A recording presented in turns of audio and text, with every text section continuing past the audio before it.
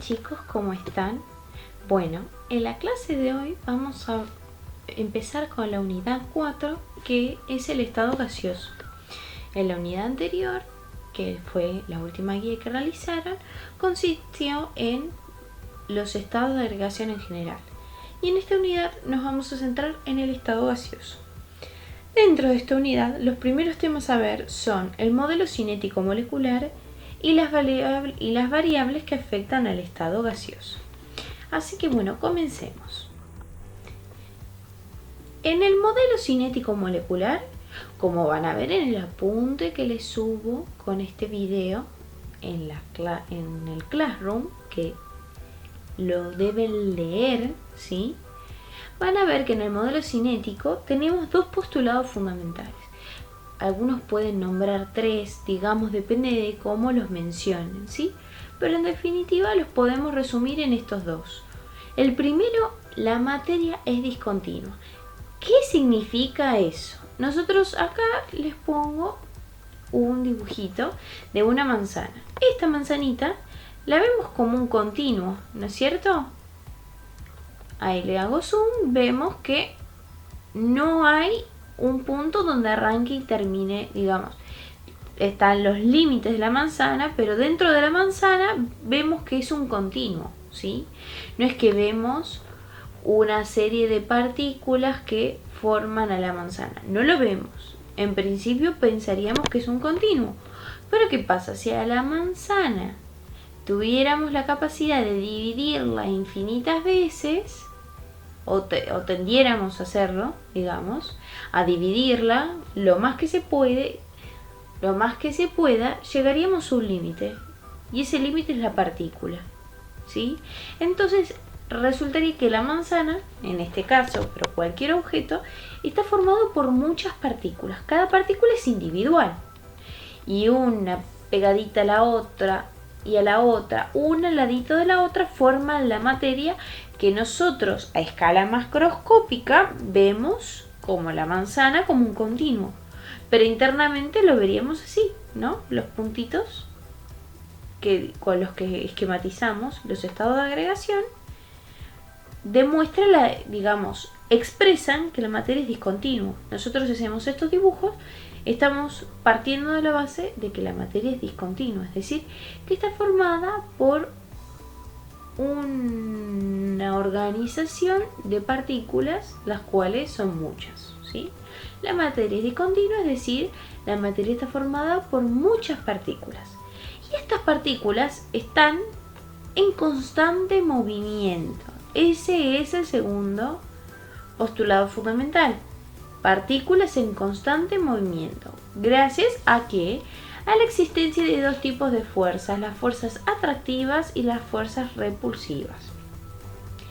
Entonces, nosotros miramos los esquemas que ya han hecho muchas veces del estado sólido, el estado líquido y el estado gaseoso. ¿Y qué vemos? Que en el estado gaseoso las partículas están más separadas, mientras que en el estado sólido están mucho más juntitas. Entonces, lo que podemos ver es que en el estado sólido predominan las fuerzas atractivas, que son las fuerzas atractivas o de cohesión, ¿sí? Se pueden llamar fuerzas atractivas o fuerzas de cohesión, son aquellas que van a hacer que las partículas tiendan a estar lo más cerca posibles. Mientras que las fuerzas repulsivas van a ser las fuerzas que van a tender a que las partículas estén lo más lejos posibles una de otra. Entonces, vemos que en el estado sólido predominan las fuerzas atractivas. En el estado gaseoso predominan las fuerzas repulsivas. Y en el estado líquido existen las dos fuerzas con igual magnitud, igual grado, ¿sí? Vemos que las partículas permanecen en cierta medida juntas, pero también en cierta medida separadas. Sería el término medio, ¿no es cierto? Entonces, esto es el modelo cinético molecular. Pensar que la materia está formada por muchas partículas y estas partículas están en constante movimiento. Es decir, en el sólido hay movimiento de partículas. ¿Cómo es ese movimiento de partículas en el sólido? Vibran en el lugar, ¿sí? Se encuentran vibrando en el lugar, ¿sí? Cada particulita vibra en el lugar. Como recuerdan que la última vez no, pero la anterior, en el trabajito, en el material que les mandé, les armé unos breves videos que si no los vieron, les recomiendo que los vean, donde vemos que cuando aumentaba la temperatura, aumentaba el movimiento, ¿sí? ¿Y qué es eso? La energía cinética. Cuando escuchen energía cinética, es la energía del movimiento, ¿sí? Toda cosa que se esté moviendo tiene una energía cinética. Y lo que vemos es que cuando aumentamos la temperatura, aumenta la energía cinética. ¿Qué quiere decir esto? Cuando aumentamos la temperatura, aumenta la velocidad del movimiento de las partículas. Se intensifica. Entonces, acá, por ejemplo, suponemos que si tenemos un material en estado sólido, el mismo material en estado líquido y el mismo material en estado gaseoso, por ejemplo, no sé, imagínense que tuviéramos nitrógeno, ¿no? Nitrógeno en estado sólido, nitrógeno en estado líquido y nitrógeno en estado gaseoso. La diferencia entre cada uno de los estados va a ser, por ejemplo, la temperatura. A medida que aumentemos la temperatura, vamos a ir pasando de un estado a otro. El agua, ¿sí? El agua sólida, líquida, gaseosa. A medida que aumentamos la temperatura, aumenta la energía cinética de las moléculas y eso hace que el movimiento sea cada vez más intenso, ¿sí? A medida que las partículas tienen más energía, vemos que aumentan las fuerzas repulsivas, ¿sí? Porque lo que podríamos pensar es que en el estado sólido las fuerzas atractivas son las que predominan y las fuerzas repulsivas son prácticamente nulas. En el estado líquido hay un equilibrio entre ambas fuerzas, entre las atractivas y las repulsivas, y que en el estado gaseoso predominan las repulsivas y las atractivas son prácticamente nulas.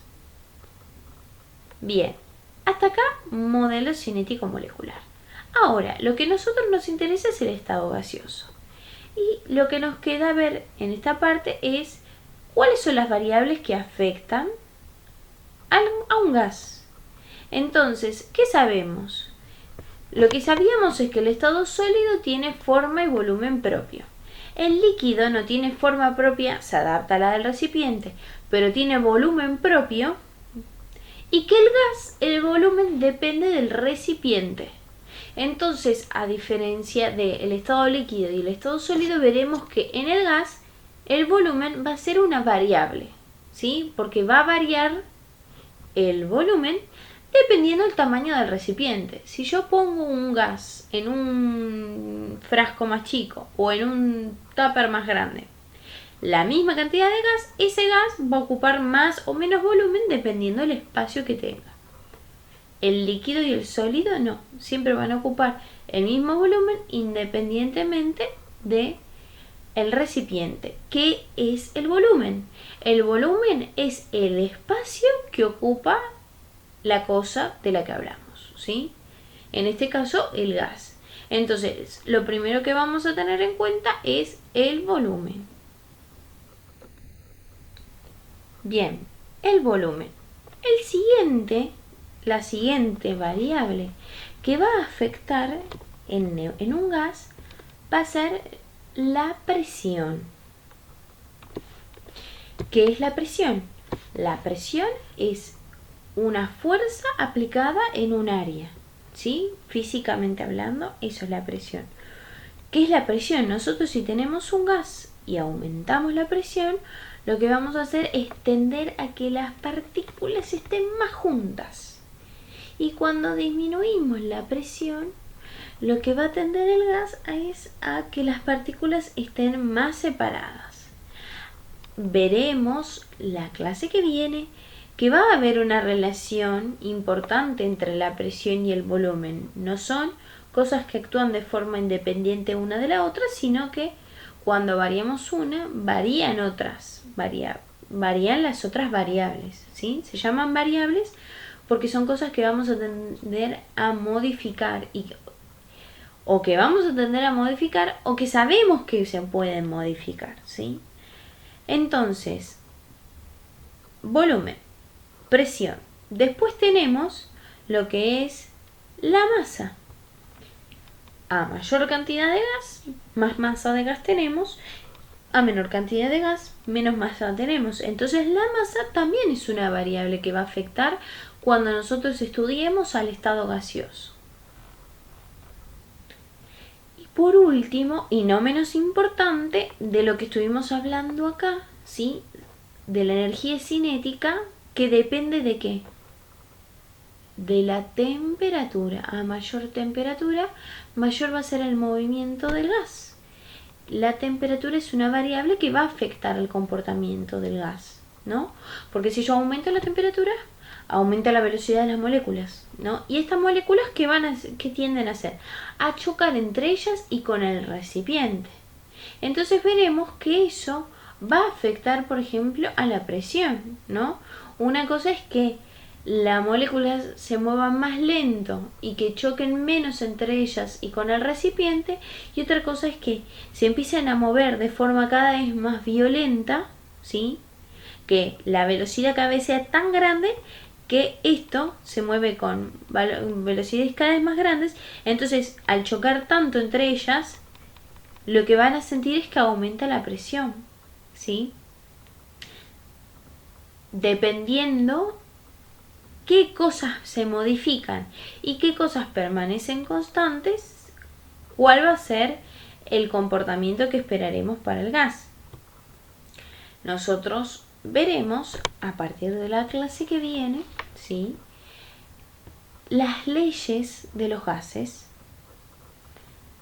que son 3, donde lo que vamos a hacer es estudiar el comportamiento del gas cuando variamos 2 variables de todas estas, ¿sí? En principio lo que vamos a hacer es variar el volumen, la presión o la temperatura, ¿sí? Y en todas las leyes que vayamos a ver en principio, la masa va a ser constante. Entonces lo que vamos a hacer es trabajar, por ejemplo, una ley donde varíe el volumen y la presión, pero la temperatura permanezca constante. Después haremos otra ley donde varíe la presión y la temperatura, pero el volumen permanezca constante. Y después veremos la última ley donde vamos a trabajar cuando la presión es constante y varía el volumen y la temperatura, ¿sí? Eso es lo que vamos a ver la clase que viene. Y lo último que me queda por ver hoy es respecto a la temperatura, ¿sí? Nosotros en la vida cotidiana usamos los grados Celsius, ¿no? Hoy, por ejemplo, hubo una máxima de 12 grados centígrados y una mínima de 6 grados centígrados, ¿sí? Entonces, nosotros en nuestra vida cotidiana usamos los grados centígrados, pero, por ejemplo, en Estados Unidos usan los grados Fahrenheit.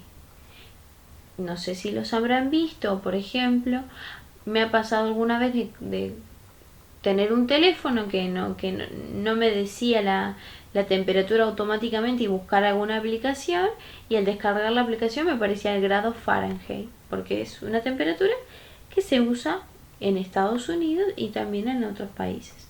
Nosotros usamos los grados centígrados. Y cuando estamos en físico-química, usamos otra temperatura que se llama Kelvin. A esta temperatura también se la llama temperatura absoluta. Esta temperatura es una temperatura que se obtuvo por ecuaciones de forma teórica, que es una escala de temperatura que tiene ubicado el 0 a una temperatura que equivale a menos 273 grados centígrados.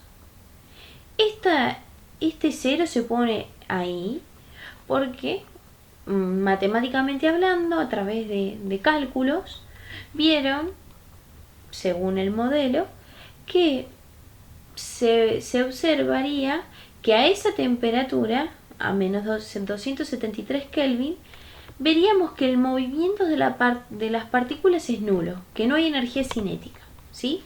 Que las partículas están quietas.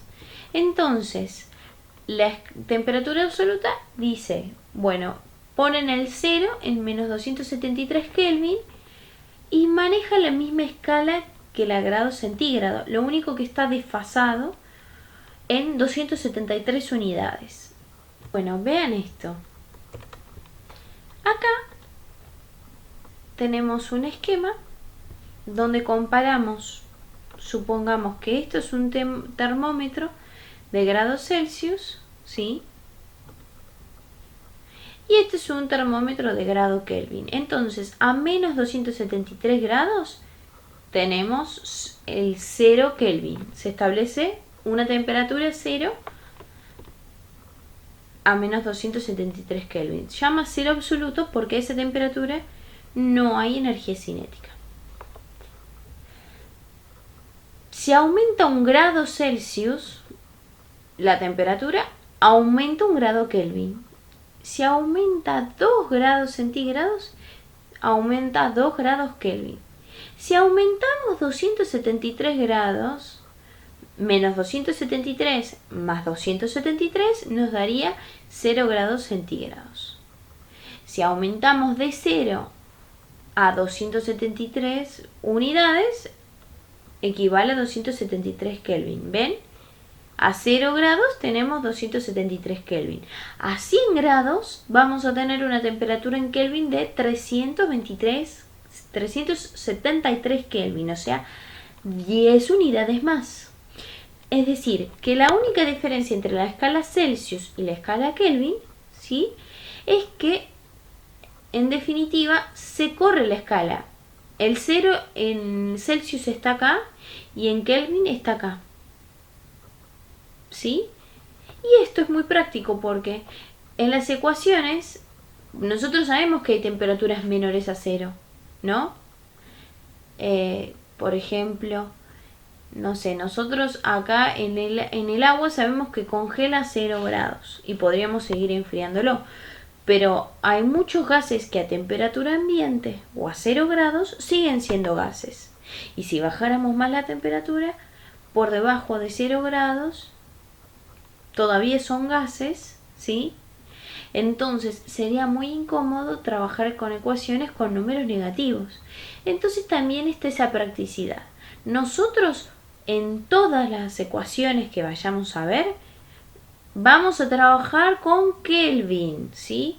Entonces yo la guía que les voy a dejar, aparte de unas preguntitas y unos puntos sencillitos para que resuelvan, les voy a dejar un ejercicio simple para que ustedes pasen las temperaturas de grados centígrados a grado Kelvin, ¿sí?